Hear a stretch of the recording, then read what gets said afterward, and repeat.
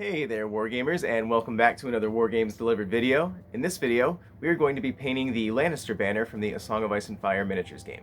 Let's get started. So for this video, we're going to just use the speed paints like we've been doing with all of the A Song of Ice and Fire miniatures I've been painting on the channel here. The flags are a good opportunity to go in and do some extra detail, but for now I think I'm just going to get the basics down and just kind of show you how I would get these on the table quickly and efficiently here. So first thing we're going to start off with is the dark wood by the speed paint line, and we're going to cover the entirety of the flagpole with this, except for the very bottom there. We're going to leave that part white here for now, just because we're going to come back with a metallic and cover that up later on. Once you've got nice even coverage on that, we're going to switch over to some matte white and uniform gray from the acrylic line, and we're going to mix those together just a tad to try to recreate the base coat that we established earlier. We're going to use this to cover up any mistakes or areas that we don't want the speed paint on the flag here. So as you can see, there's a little bit on the top here, so we'll just go ahead and cover that. You may need 2 to 3 thin coats for this. Typically I can get this done in about 2 thin coats, so we'll just stick with that and move on to the next stage here shortly. Once you've got that finished up, we're going to switch over to the bulk of this video, and that is going to be covering in the entire flag with the slaughter red here. You're going to want pretty consistent coverage here.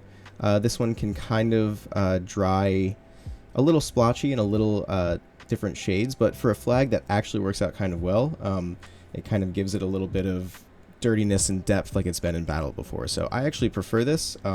If you want something that's a little bit more controlled in terms of layering and stuff, you can just switch to the normal acrylic line and use either pure red or like a mix between pure red and crusted sour, and that should get you the same result with an even coverage. And if you've watched the Lannister Guardsman video that I did in the past, the slaughter red is the color that we used on their cloaks, so this is going to blend in really nicely when the model is finished as well. And if you're not a fan of how dark the slaughter red dries, you can absolutely switch this step to blood red by the speed paint line, and that's a little bit of a brighter red and has a little bit more consistent coverage in my opinion in the times that I've used it. But I haven't used that one as much as I've used the slaughter red, so just keep that in mind. And once you've got that part finished there, we're going to go ahead and clean up the lion on both sides of the flag here. So we're going to switch back to the uniform gray and matte white mix that we had earlier. Might need to freshen it up a little bit with some water or either or of the paints. But basically we're going to go back to a smaller kind of detail brush here and just cover up all the areas that we were a little bit messy with the slaughter red. So you will need about 2 to 3 thin coats of this. It takes a little bit of time to really get that color built back up since you're working with white here. But just take your time, use thin coats, and you'll get there. And just be very careful around the actual flag part that we want covered with the slaughter red.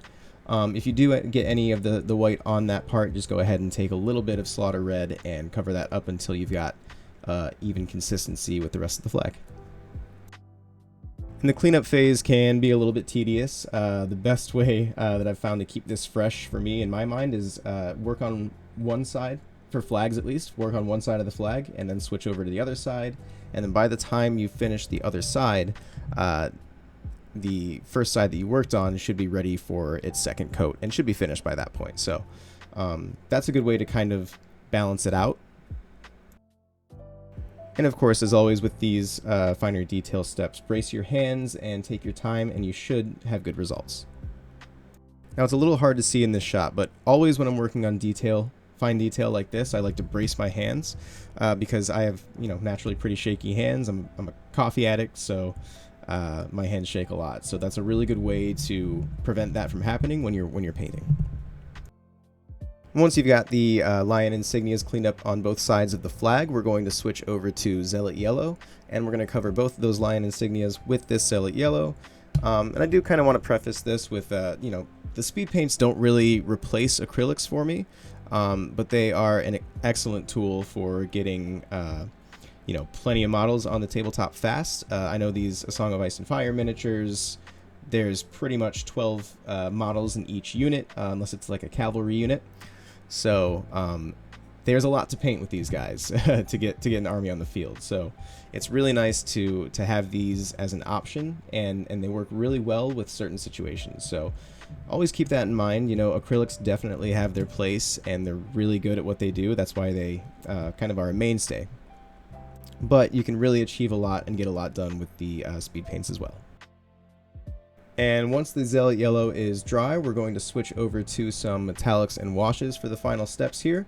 We've got some dark tone and some gunmetal here, so we're going to switch over to some gunmetal first, and we're just going to cover the very bottom of the flag here with this color here. And even though this is a small area, as always when you're working with metallics, just thin it down a little bit extra and work in about 2 to 3 thin coats. You should have nice coverage on that as well. Once that's finished, we're going to switch over to some dark tone and do a slight wash on that little metallic part, and our flag here will be done.